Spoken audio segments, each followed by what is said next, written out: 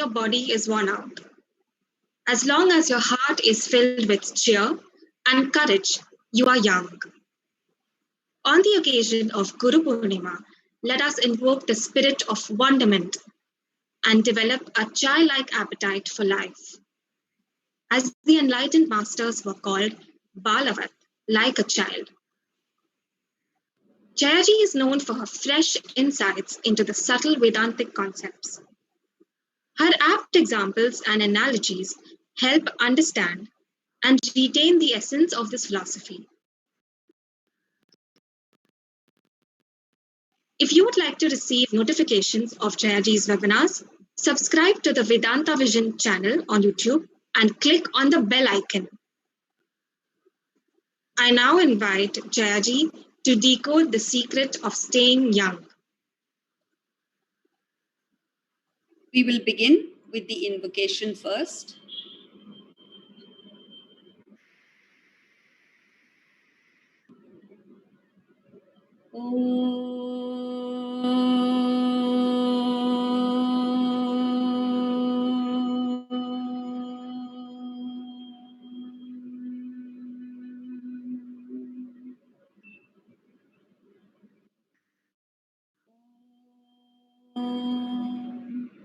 Sahana vavatu, Sahanau bhunaktu, Saha viryam karavavahai, Tejasvinavadhitamastu ma vidvishavahai.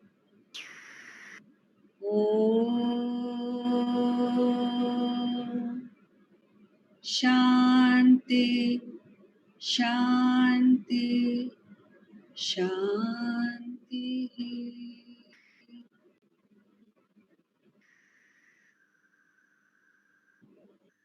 Today, we have all assembled here to discuss the secret of staying young. Everyone likes to be young, look young, feel young. The only time we like to be old or get old is when we are kids. There is that excitement about growing up. So when you're 4, you don't say you're 4, you say you're 4.5. And you may be 13, but you say, I'm going to be 16 soon. And then you become 21, that magical number. But thereafter, the winds change. When you turn 30, somehow it doesn't seem as exciting as it used to be earlier. And then you push 40. You reach 50. You make it to 60. And then that momentum keeps you going till you hit 70. But what we don't realize is that life is not measured by the number of breaths we take, but by the moments that take our breath away. And so, today we're here to discuss Vedantic concepts that will keep you in a spirit of youth, enthusiasm, positivity, most importantly, cheer, fun, and laughter all your life. In the past, people were in this search for the fountain of youth, in a futile attempt at remaining young. But it failed because they were looking for it in the wrong place and perhaps the wrong fountain. In recent times, people have begun to discover a youthful vigor that was denied to earlier generations. Earlier, when you were 65 plus, you were consigned to a rocking chair. You were retired from work and even from life. And you were considered over the hill.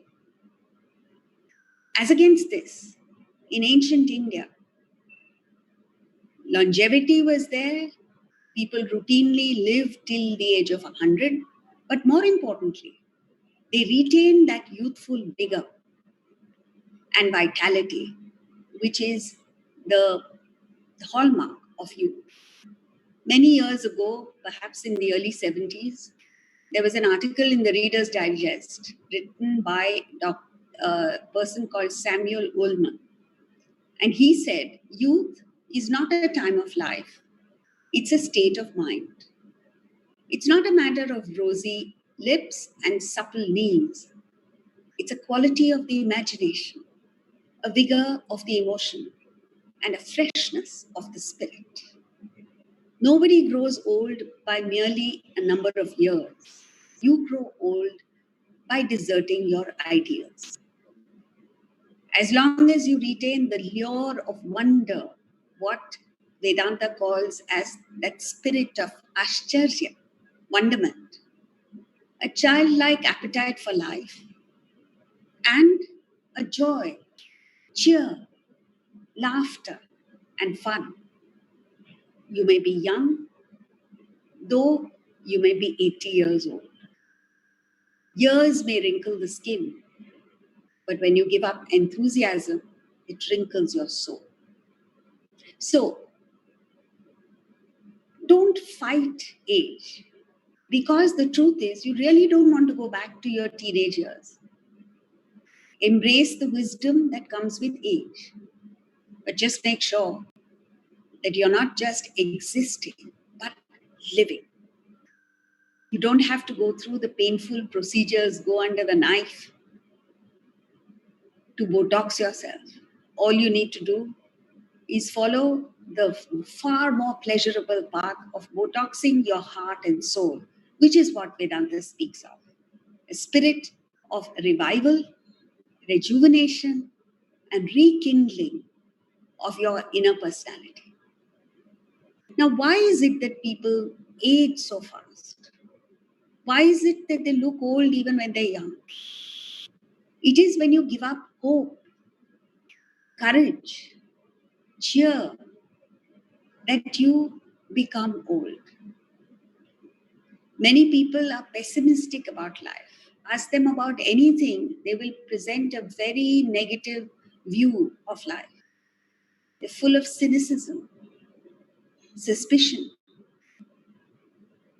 fear, and inactivity. Most importantly, they are full of thought of self. When you're obsessed with yourself, how can you be enthusiastic? There is nothing to look forward to in life when you're obsessed with yourself. So let's take a look at some natural age erasers, as we call them. The first thing is develop a sense of humor. Learn the ability to laugh loud, long, and often. Engage with the world in a light-hearted way, as if you're playing a game. Don't get weighed down by problems and challenges. Yes, tears happen. Bad times come. But endure them, bear with them, and move on. This is the dignity and prestige of a human being. Discover, explore new things. Next, get off the couch. Shape up, exercise. Nowadays, even young people have become couch potatoes. They just lounge around. And to exercise, you don't necessarily have to join a gym or become a member of a club to swim and so on and so forth. Do the basics. Do a little bit of yoga, pranayam, walk, all of which doesn't require any additional investment of your time or money. And as you grow older, it is all the more important for you to exercise, because exercise helps to retain that vitality and enthusiasm within yourself. You feel good when you exercise. And more importantly, it helps to knock off the tamas, this laziness, indolence from your personality. Next, respect your body. Be a nutrition warrior. The world is full of toxins, junk food, fast food, frozen food, processed food. Give that up for a healthy diet. Now, this doesn't mean that you have to be prepared for boring food. There was an 80-year-old couple, both the husband and wife were 80 years old. When they were both 60, the wife got very enthusiastic about health food, exercise, so on and so forth, and put herself and her husband on a diet regimen and exercise. And they were in the pink of health even at 80. But they had an accident, both died, went to heaven. And an angel was showing them around, took them to a beautiful mansion where they were going to live. A golf course, and then finally took them to this magnificent buffet that was laid out for them. The husband looked at all the food that was laid out there, looks at his wife and says, "You and your stupid bran muffins. I could have been here 20 years ago." So it's not just about leading a miserable life, painful life. In fact, Vedanta is about having fun, giving yourself a good time in life. Krishna tells Arjuna and all of us in the 11th chapter, he says, enjoy this vast kingdom. So it's not about a painful existence. Next, very important, is feel the love. Passion is a powerful drug. Whether it is a teenager falling madly in love, or you and me discovering an activity that makes you jump out of bed with excitement and enthusiasm, it is a very, very fulfilling feeling. Build a team of people around you from different generations. Become friends with people of different generations. So there's something to be said of multi-generational families. In the United States, they found that there was a neighborhood consisting of Italian immigrants, and all of them had low cholesterol, low triglycerides, low heart disease. And when they investigated, they found that one of the most important reasons was that they all lived in a community where they felt for each other, and there were multi-generational families, means they lived in a joint family. Often they had 4 generations, children, parents, grandparents, great-grandparents. And they lived, the key word here is harmoniously. So as you age, first of all, the very fact that you are alive, existing, means you are a burden on someone or the other. Don't worsen it by becoming difficult, by being difficult to get along with. Next, do mental aerobics. Keep your mind active. As they say, when you have nothing to do, an idle mind is the devil's workshop. So keep learning new things. Do the crossword or Sudoku. Keep your mind ticking. And then you will find that you're, first of all, interested in life, you're enthusiastic about life, you're excited, you look forward to something. Be willing to change. The world is in a constant state of flux. And the sooner you adjust to the change, the greater the chances are of your being successful and happy. But the older we get, there is a tendency to become rigid and impose your mental pattern on the world. Then you're positioning yourself for failure. So let go of your fears and apprehensions. Do things differently. Try new things. And then read books, for instance, which expand your vision. Most importantly, find purpose, mission. What do you want to achieve in life? Ask anyone, what are you working for? They'll say, for my paycheck, for profit, for money. There's nothing wrong with earning money. But To make money the prime objective of your life, of your very existence, is a pity. Because then you are confining yourself, limiting yourself, constricting yourself to just money. That is the bottommost layer of your, your life, which doesn't give you really happiness. As Swami Ramatirtha said, iron and gold can buy only iron and gold. It can't buy you love. It can't buy you happiness. It can't buy you all the things that you cherish so much. And yet, the world over, all that we're doing is restricting ourselves to just wealth. So, earn a life, not just a living. What do you want to achieve in life? What is it that you want to complete before you die? What do you find fulfillment in?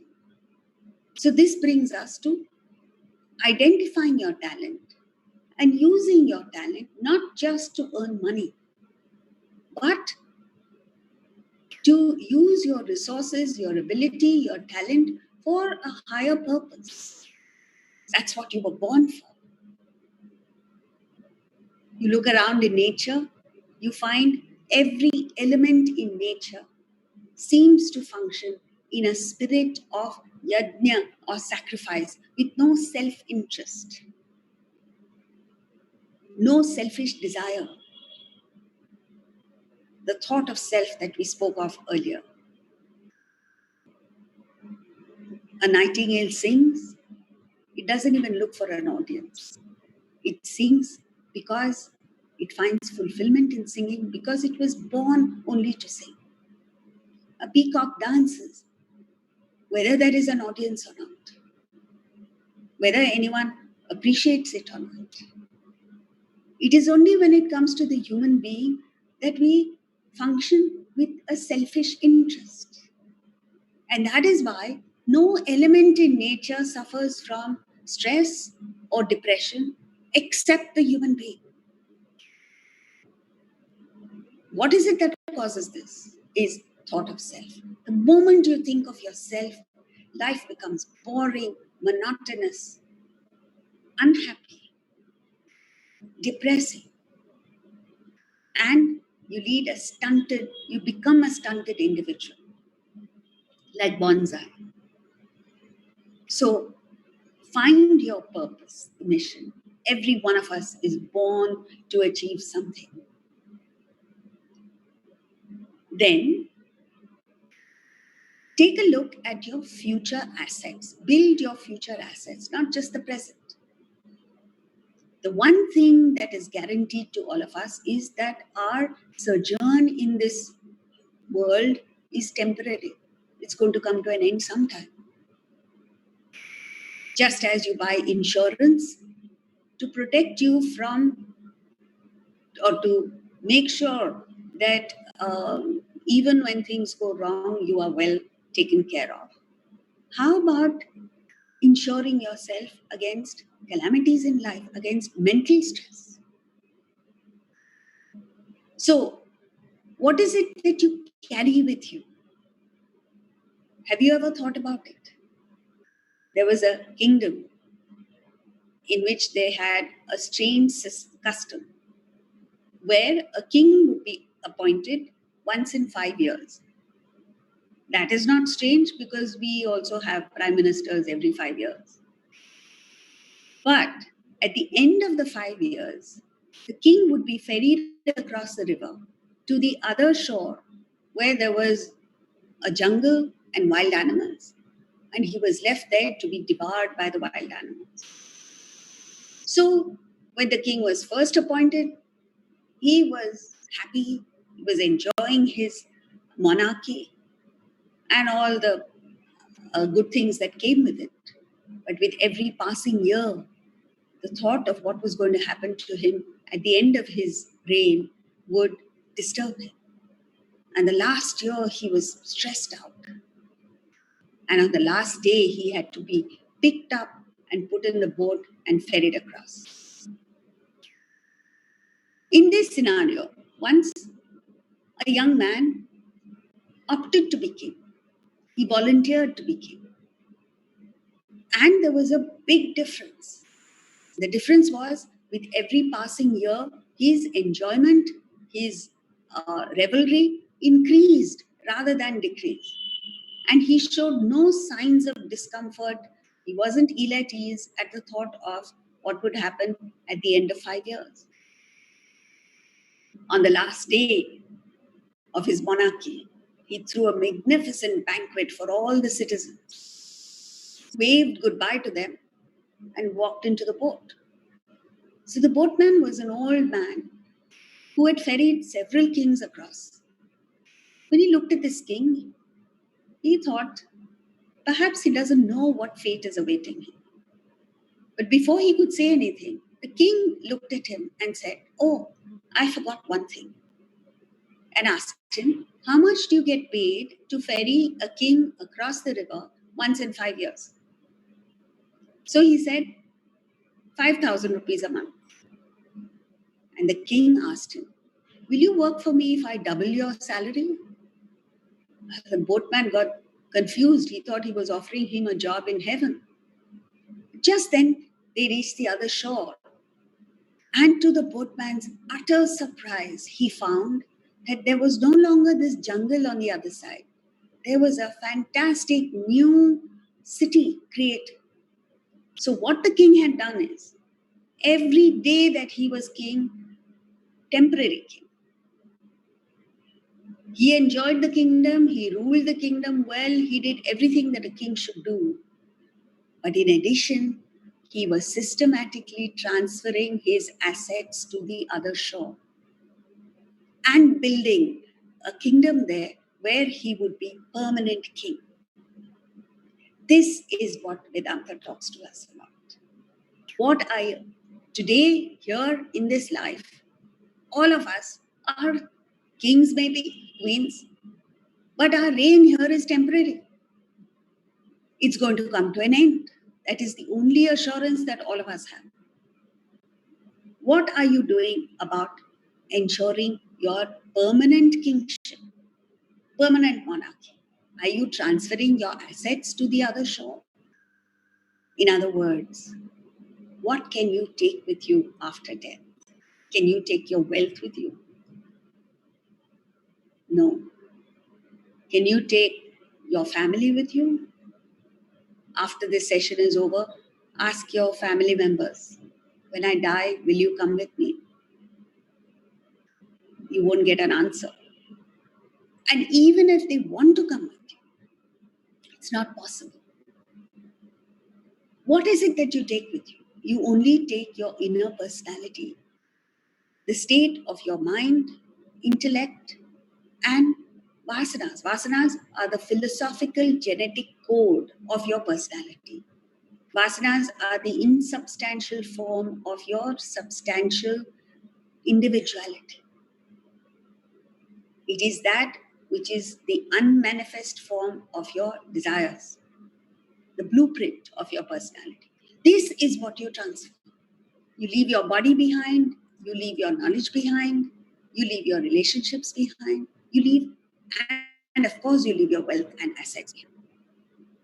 But during our lifetime, not for a second, do we invest in the thought of what is going to happen to me after death.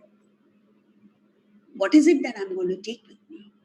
So, Vedanta, the Bhagavad Gita, does not say that you should not have the world, you should not enjoy the world. It says, go ahead and acquire the whole world. It's yours.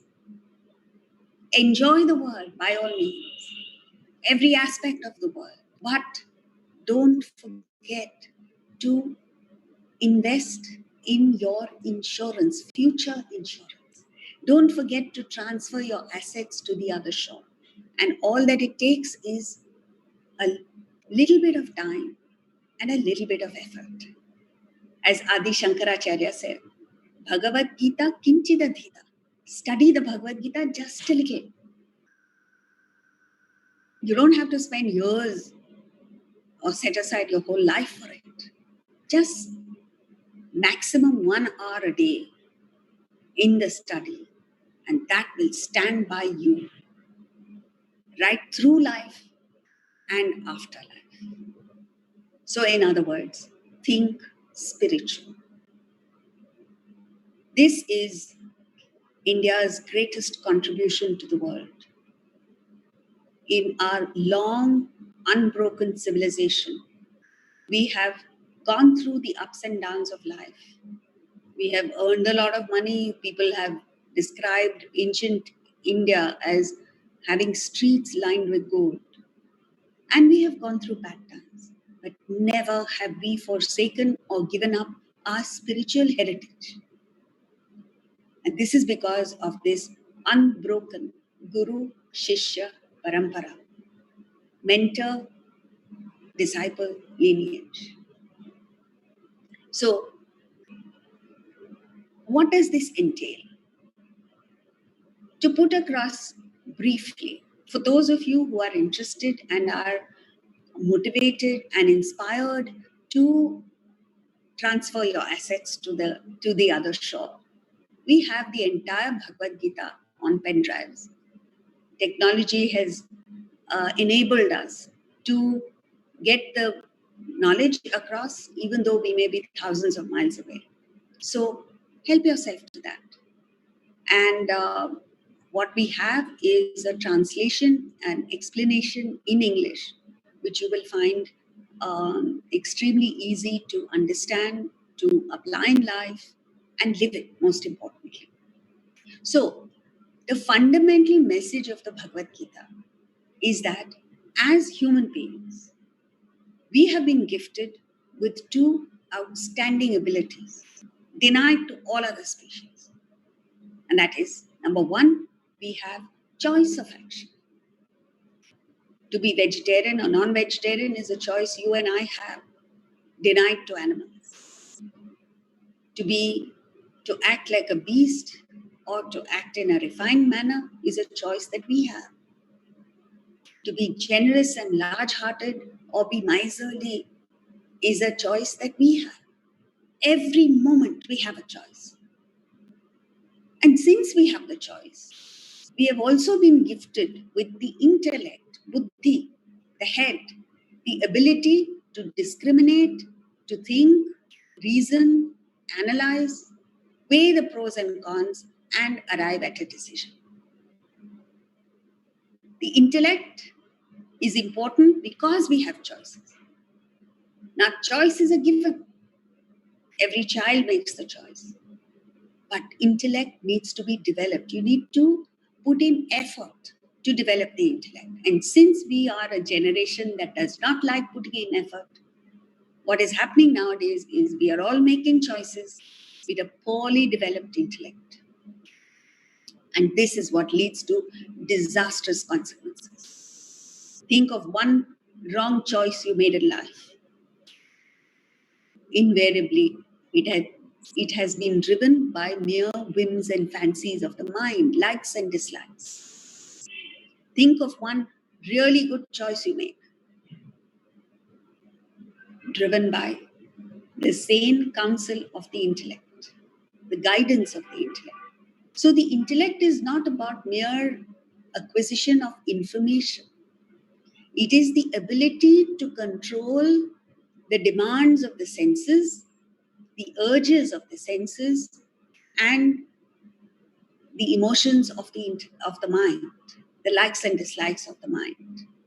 It is the wisdom to know the difference between what you ought to do and what you ought not to do.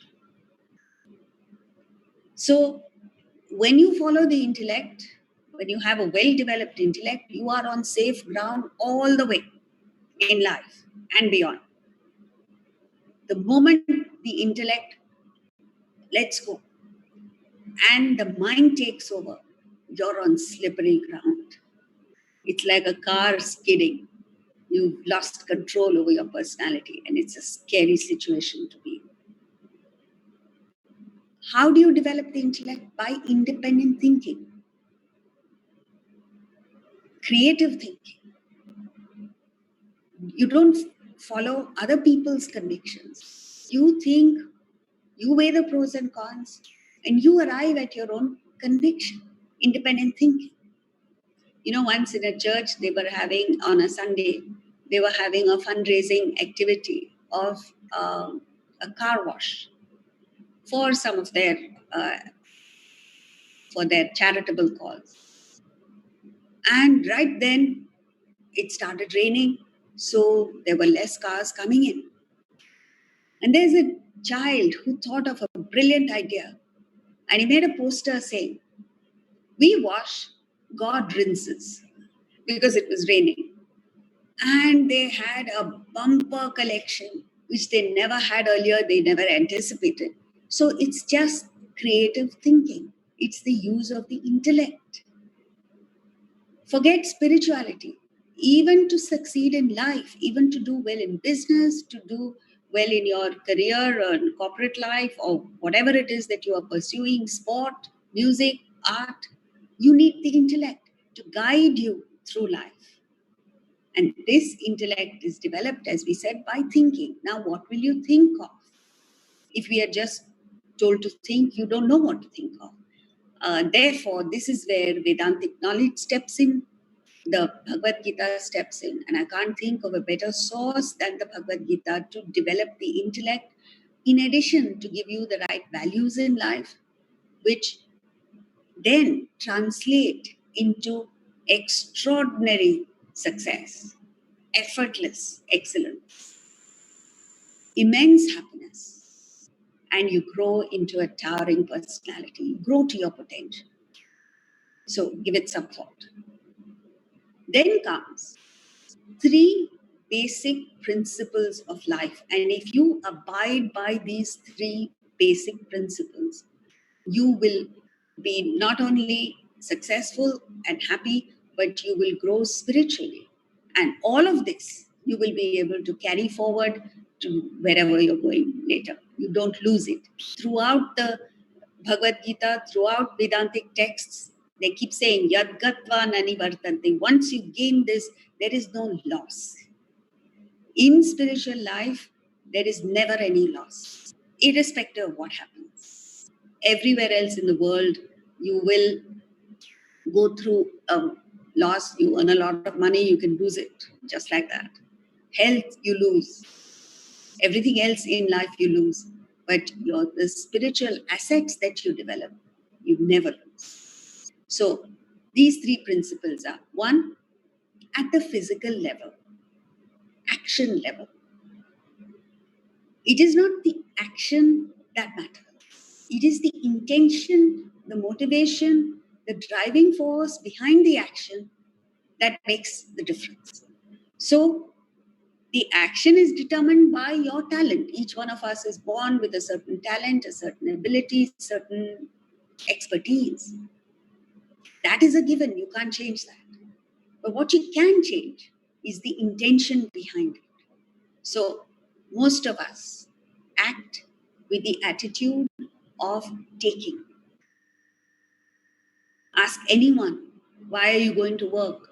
Why are you doing what you're doing? For personal profit and pleasure. This attitude of profiteering must change to that of offering. From taking, grabbing, aggrandizing, to giving, contributing, adding value to others. And why must we do this? Not because the world needs our service. The world does not need either your service or mine. Whoever created the world is more than capable of taking care of the world. Then why must we give? Because when you give, you gain. In fact, the only way of gaining is by giving. Even in business, it works. I'm saying even in business because in business, the profit is the ultimate objective. But even if you want to make profit, you must have this attitude of giving. Look at the customer, the end customer. Like when a manufacturer manufactures a product, What should be foremost in your mind is customer needs. Am I meeting with the customer needs? The attitude of giving, in other words. And what a difference it makes. Many years ago, there was an article in Time magazine where they compared American car manufacturers with Japanese. And they gave very many points of comparison. But one incredible thing was that for every Japanese car compared to an American car manufacturer, they spent $175 less per car on repairs during the warranty period. This sounds like a small amount, but you can multiply this by the number of cars manufactured every year, and it results in a huge number. Why? Because every Japanese worker right there on the shop floor thinks of Japan, thinks of the customer. Whereas the American worker works, in fact, they say that an American car manufactured on a Monday or a Friday has more defects. And so people in the know of it don't buy cars manufactured on Monday or Friday. So this is it, the attitude of giving.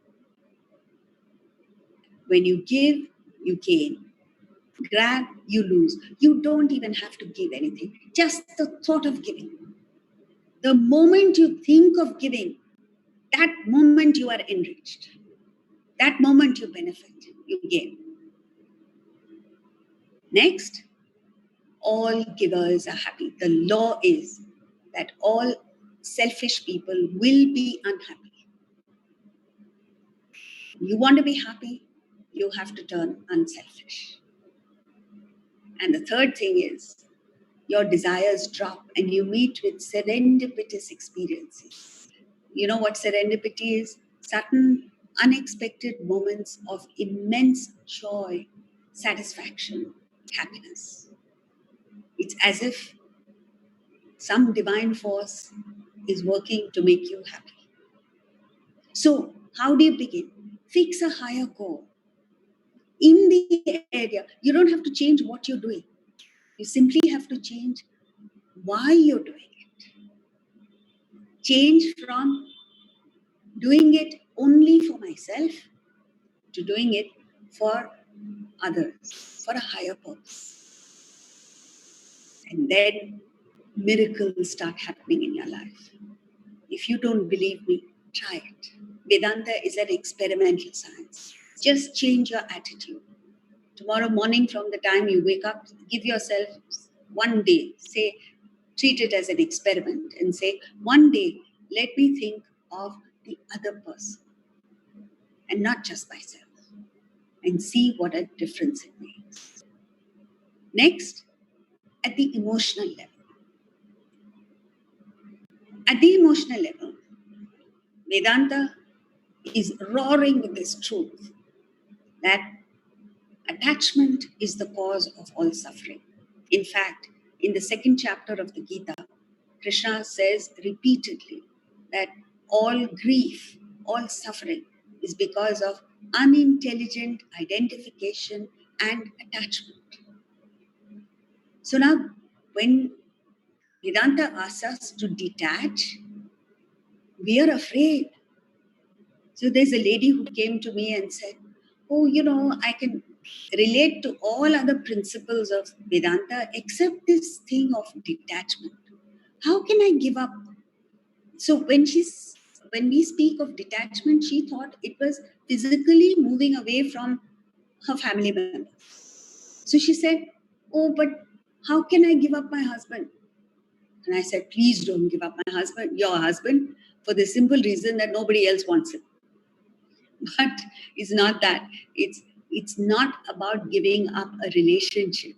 It is about giving up selfishness that comes in the way of your relationship. Take a look at all our relationships.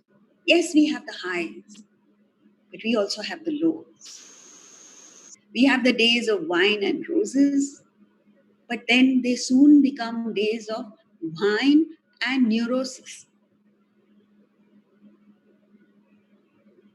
We often have conflict with the people we love most.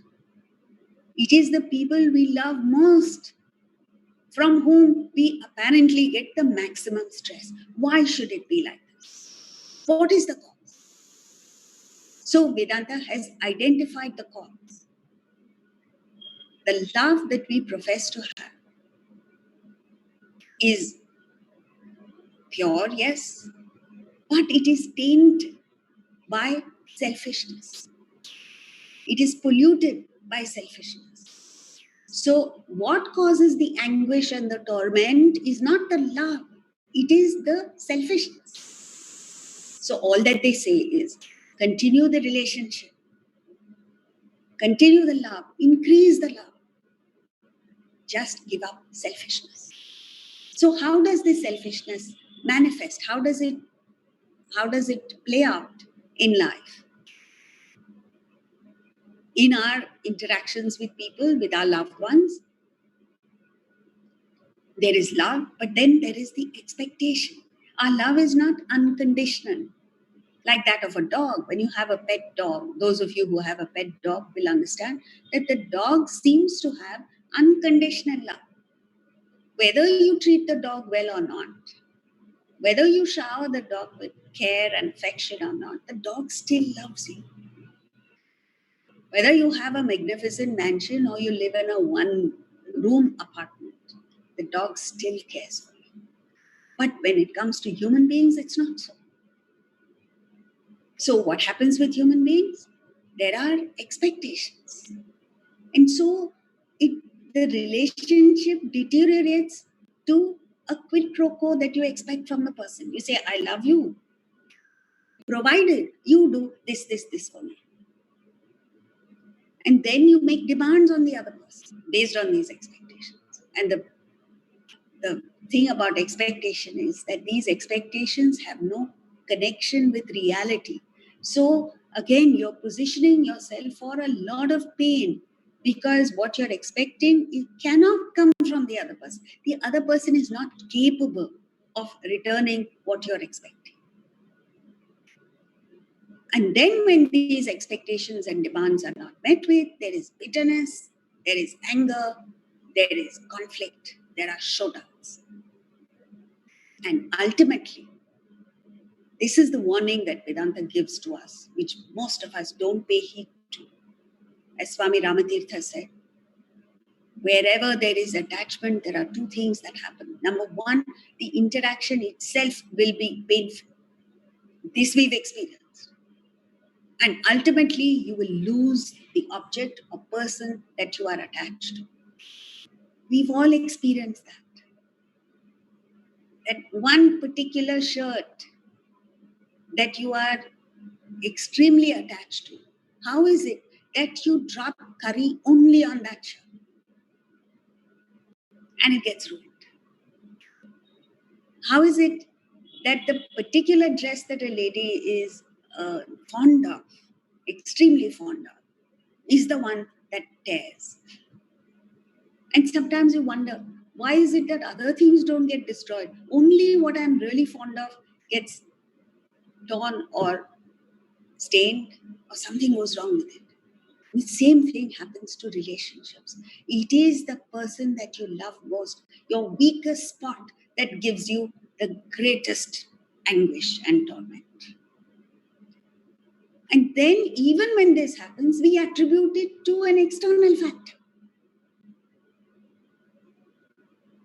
So you say, oh, it is my spouse who is to blame, it is my child who is to blame, it's my friend who is to blame. Never do we accept that it is my selfishness and my expectations and demands that are unrealistic.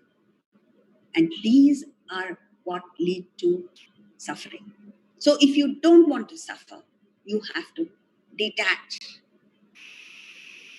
Now you have to get to the bottom of it and understand, how did I get attached in the first place? Attachment comes from constant thinking. So you meet a person or you come across a particular object, you say, nice person, nice thing, and then you continue to invest in that. A thin stream of thoughts go from you to the person or object, and that is called attachment. How do you know you're attached?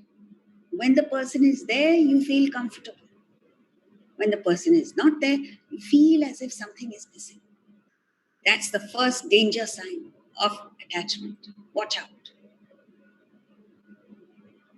And then you get into a situation where you're horribly, totally, completely dependent on the person or the thing. And that ruins everything. So the starting point is a lack of self-sufficiency. And it is this lack of self-sufficiency that Vedanta addresses. And as you take in the knowledge of Vedanta, you become more strong within, you become independent, you become self-sufficient, and then you have wonderful relationships with people. So it's like this. Suppose you have polio in one leg and you are incapable of standing on your own two legs. You need a crutch. But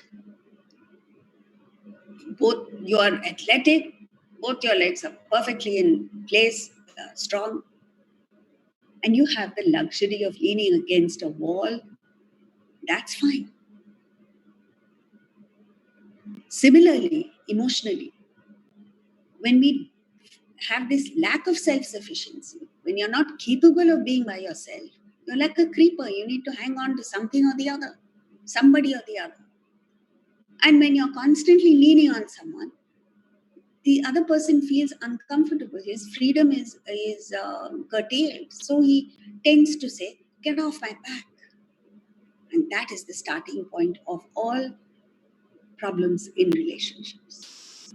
So what we need is this independence. When you're independent, you're quite comfortable being by yourself, but you have the luxury of establishing wonderful relationships with people. This is detachment. So continue the love, drop the selfishness. And then at the intellectual level, knowledge is to be gained. What kind of knowledge? Not knowledge of the scriptures, not knowledge of the Bhagavad Gita or Upanishads. Of course, knowledge of the Bhagavad Gita and Upanishads leads to that. But essentially, what Shankaracharya defined as Nitya, Anitya, Viveka, Vichara. Constant reflection on the distinction between the permanent and the impermanent. So, you have the world before you, and the world is extremely attractive, tantalizing. Please go ahead, enjoy the world, but with the understanding that everything the world has to offer is impermanent. Everything in life, including your own body, your mind, intellect, changes, wanes away, goes. And as the Bhagavad Gita says in the 5th chapter, the wise person, nateshu ramate buddhaha, the wise do not revel in impermanent things. So there must be that search for the permanent. And this has beautifully been encapsulated in a parable which speaks of an old king, 80-year-old king, who had no heir, no children. And he wanted to appoint an heir before he died. He wanted to be fair to all the citizens. So he declares, he advertises to everybody that I'm going to start an amusement park, and that amusement park will be open for a whole month. And during that month, I will be in the amusement park throughout, from the time it opens till the time it shuts every day for the whole of the month. And the first person who spots me will become the future king. And the citizens are so excited. They throng to the amusement park, and that amusement park is so captivating, so entertaining. It is 100 times better than the best Disney. And they all think that it is going to be a simple job because they all knew what the king looked like.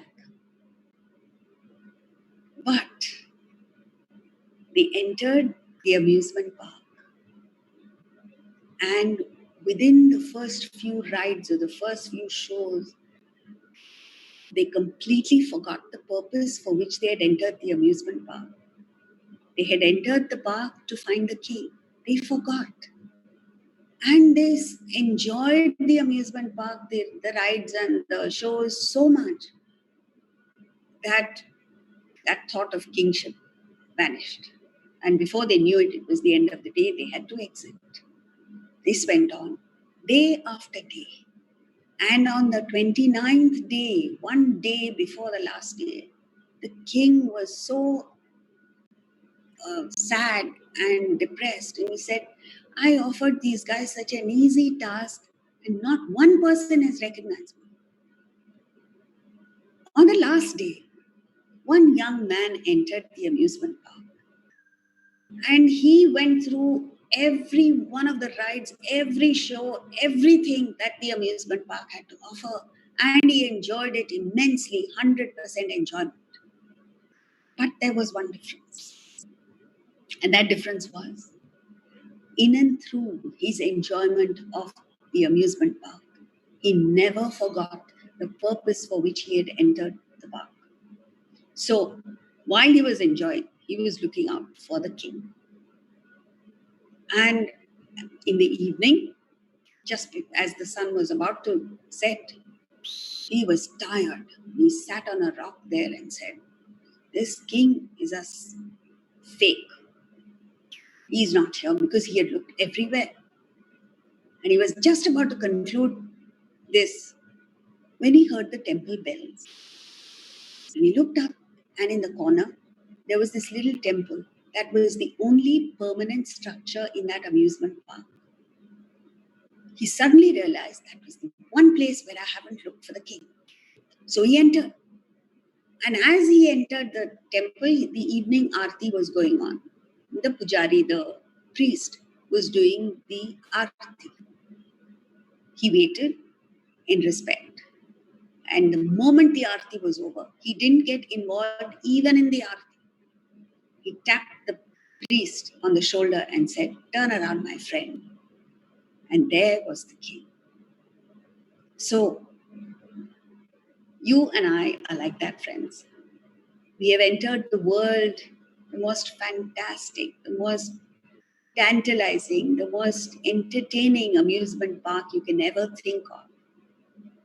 But we have entered the world, to find our kingship, to become king. But we get carried away by trifles. We get attached to something or the other in the world and completely forget our mission in life, which is to find the king. And that king is within us. The spirit, Atman, the God principle in each one of us. And before you know it, it's the end of life, evening of life. We exit, enter again, life after life, like Shankaracharya says. Punarapi jananam, punarapi maranam, punarapi janani jatare shayanam. Again birth, again death, again lying in the mother's womb. And all this is so traumatic. But we get carried away by trifles, little things. Get involved here, get attached there, hang on to this and that and the other. And what do we get at the end of it? Playthings, toys, temporary things in life. And by our own choice and our own foolishness, we give up the permanent, which is so close to our heart, so doable, so achievable. And this is the message that these gurus, that the long line of gurus, generation after generation, have been calling out to us. But we are so attached that we have no time to think of what they have to say, and we dismiss their teachings as impractical, difficult, so on and so forth. Who is the loser? They don't care. They've reached enlightenment. They've moved on. It is we who are the greatest losers. And the Upanishad calls it the greatest of supreme losses. Mahati vinashti. Nashti, loss. Vinashti, supreme loss. Mahati vinashti, supreme most of supreme losses. And still we don't forget, we don't realize because we just don't know. We are in ignorance. We have in our scriptures stories of the young teenage boy Nachiketa, who decided to appoint Lord Yama as his guru, decided to go to Lord Yama because he thought and said, if I go to another guru, enlightened no doubt, what if I die before I reach realization? But if I go to Lord Yama, then he is obliged to teach me realization before I die. With that commitment, he went to Lord Yama. And when he went there, Lord Yama offered him heavenly pleasures. He offered him the wealth of the heavens. He offered him heavenly damsels, means wealth and enjoyment of the heavens. And Nachiketas, in his wisdom, said, all the pleasures that you're offering me will vanish someday. They are temporary. I don't want temporary things. So teach me Brahma Vidya. And the entire Kathopanishad is Lord Yama's teaching to Nachiketas, a fascinating conversation. So, why do we reject the kingship and opt for trifle things? Because of ignorance. So, the primary thing that we need to do, the most important thing that we need to do, top priority should be given to gaining knowledge. Gaining knowledge of what is important in life. And then you can fool around with what the world has to offer. It's okay. But to give up, as Christ said, the kingdom of heaven, to give up infinity for ordinary things in life is the greatest loss. So the take-home points, what we've discussed in this short session, is that in the past, generations of people looked for the fountain of youth. But this fountain of youth is within. And if you go through these principles that we spoke of, you will retain the spirit of youth in an aging body. And then you will age gracefully. Why do people age before their time? Because of there is pessimism, cynicism, negativity, but most importantly, because of thought of self. And then we took a look at natural age erasers, quite a few points which will help us, and we can implement them straight away. But the most important is the ability to build future assets. Future means that we can take with us even after death. And then we looked at the importance of the intellect, the necessity to develop the intellect, and finally, the three principles which make for the spiritual path. At the physical level, action level, act with the spirit of giving, attitude of giving, versus attitude of taking. At the emotional level, detach and not get attached. At the intellectual level, in and through the impermanent aspects of life, search for the permanent. Be like that young man who entered the amusement park, enjoyed what the amusement park had to offer, but never forgot that he had entered only to find the king and become the future king. So we come to the end of this session, but hopefully we will be having regular webinars in the future. So those of you who would like to be informed of these, please register with us, subscribe to our YouTube channel, or send us a mail with your contact details so that we can be in touch with you. Those of you who, and in between these webinars, it is necessary that we keep a daily, not just regular, but a daily contact with the Bhagavad Gita. And for those of you who are committed to that, we have the Bhagavad Gita pen drives, which you can order from our website or any one of us. And recently, we have Spotify has asked us to do a program called Gita for the Young and Restless.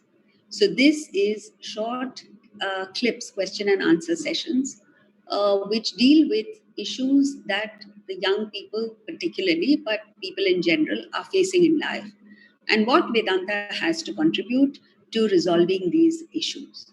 So you might want to benefit from this.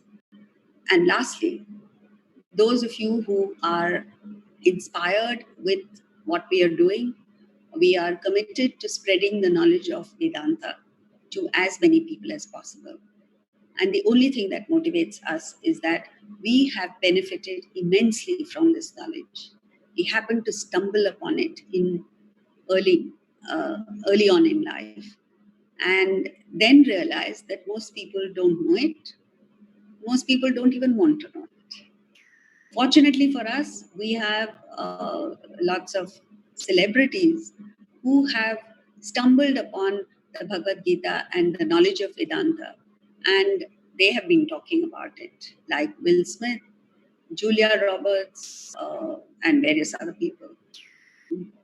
We don't need the endorsement from these people, but we are only saying that we are committed to spreading the knowledge of Vedanta, and those of you who would like to join us in this effort may want to help in whatever way you think fit. Donate to the cause, join us, learn, and spread the knowledge in your own way. So just stay tuned. We have a few announcements, and then we will end for the day. Thank you. Thank you, Jayaji. The astronaut Sunita Williams took a copy of the Bhagavad Gita into space. We bring the Bhagavad Gita into your homes on pen drives.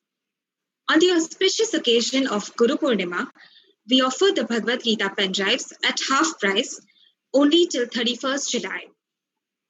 Get your very own copy at our website, vedantavision.org. The pen drives have the Sanskrit recitation, English translation, and commentary by Jayaji of all 18 chapters. They make for an excellent gift too. We at Vedanta Trust aim to showcase human thought at its best. Toward this end, we organize lectures on the Bhagavad Gita for the public, seminars for corporate executives, and specially designed programs for children and young adults. Our social responsibility program teaches values to underprivileged children through the medium of football. Since the lockdown began, we have reached out to over 2,000 children and their families with food rations. We are happy to announce the launch of the podcast by Jayaji, Gita for the Young and Restless, on Spotify. Jayaji has explained in a nutshell topics like coping with anxiety, relationships that matter, what is real success, and what causes anger and how to overcome it. Follow the podcast, Gita for the Young and Restless, on the Spotify app for a new episode every Monday. Links are given in the description box of this video. Gems from Bhagavad Gita by Jayaji are sent every Wednesday on WhatsApp for free. The gems are short clips from the Gita. Register to receive the gems on our WhatsApp numbers mentioned in the description box of this video. If you are inspired by these activities and wish to be a part of this wonderful endeavor, donate to the cause of helping people live meaningful lives. To make a donation, click on the link in the description box below. You will receive a mail with a receipt and ATG exemption. We will be having a webinar by Jayaji every month. So if you would like to receive notifications of Jayaji's webinars, subscribe to the Vedanta Vision channel on YouTube and click on the bell icon. Also register with us on our WhatsApp numbers mentioned in the description box of this video. Thank you. Please subscribe now to know about the next webinar on another interesting topic.